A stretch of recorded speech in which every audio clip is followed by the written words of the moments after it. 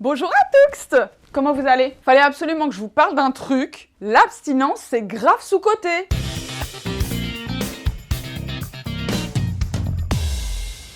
Cet été, j'ai décidé d'être abstinent. L'abstinence, pour moi, c'est décider de prendre une pause dans sa vie sexuelle, romantique ou relationnelle. Du coup, ça peut ressembler à une pause de masturbation, sextoy, sexe, porno, chacune définissant son expérience en fait. Concrètement, c'est un moment à soi. Un temps suspendu dans sa vie sexuelle. J'ai pas de problème à parler de ça, je fais pas de tabou et du coup on me pose un tas de questions. Est-ce que c'est volontaire? Oui. Est-ce que tu te masturbes? Si j'en ai envie, oui.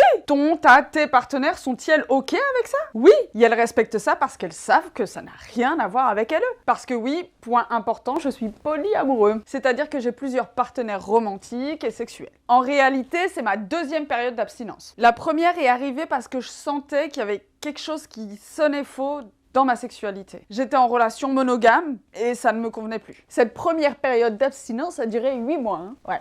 Et ça s'est très bien passé parce qu'on a beaucoup communiqué avec mon partenaire. Et donc c'était confortable pour tous les deux. Le résultat, c'est que j'ai fait mon coming out de polyamour. Et j'ai décidé de m'autoriser à être entièrement moi. Certaines pensent que la vie est courte. Moi, je pense que la vie est longue. Alors c'est important d'être en accord avec soi-même, non ?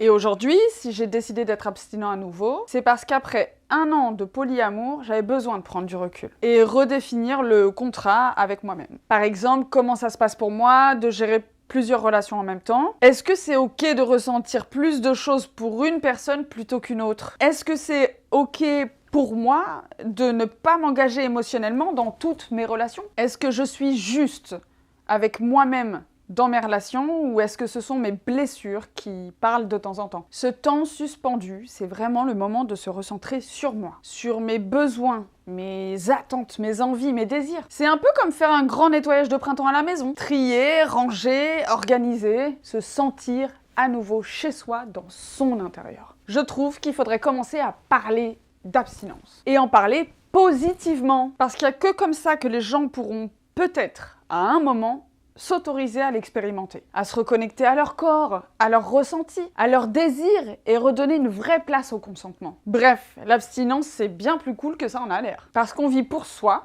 qu'on doit rien à personne, et ça peut même être très intéressant de rencontrer quelqu'un dans ce contexte. Parce que ça retire la pression de la sexualité dans la rencontre. Moule frites, abonne-toi.